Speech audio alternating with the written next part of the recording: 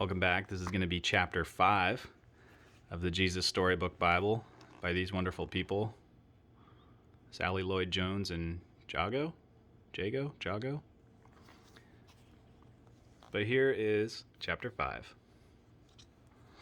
A giant staircase to heaven, the Tower of Babel from Genesis 11.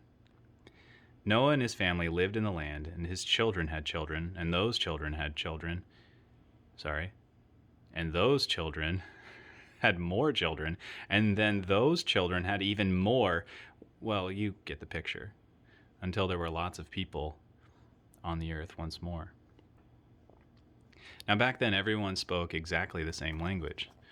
So you didn't need to learn Swahili, Japanese, or anything, because you could say hello to anyone, and they knew what you meant. One day, everyone was talking, and they came up with an idea. Let's build for ourselves a beautiful city to live in. It can be our home, and we'll be safe forever and ever. They had another idea. Let's build a really tall tower to reach up to heaven.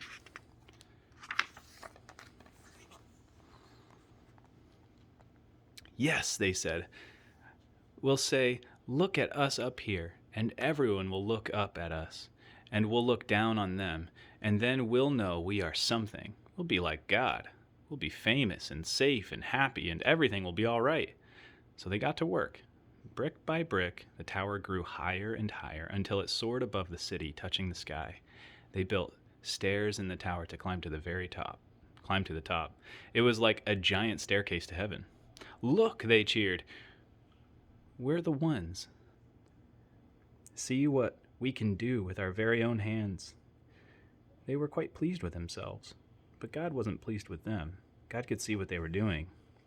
They were trying to live without Him, but God knew that wouldn't make them happy or safe or anything. If they kept on like this, they would only destroy themselves, and God loved them too much to let that happen. So He stopped their plans.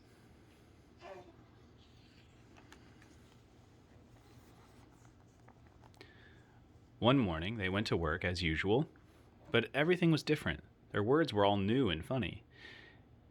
You see, God had given each person a completely different language. Suddenly, no one understood what anyone else was saying. Someone would say, "How do you do?" And the other person thought they said, "How ugly are you?" It wasn't funny.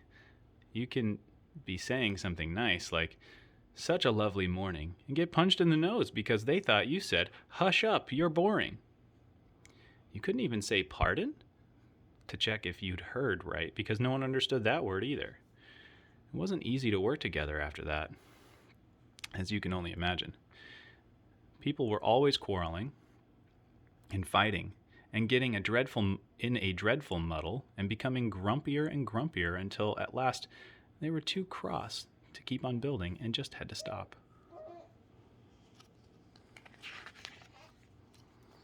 After that, the people scattered all over the world, which is how we ended up with so many different languages to this day.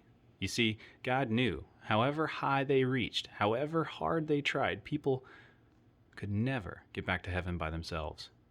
People didn't need a staircase, they needed a rescuer. Because the way back to heaven wasn't a staircase, it was a person. People could never reach up to heaven, so heaven would have to come down to them. And one day, it would.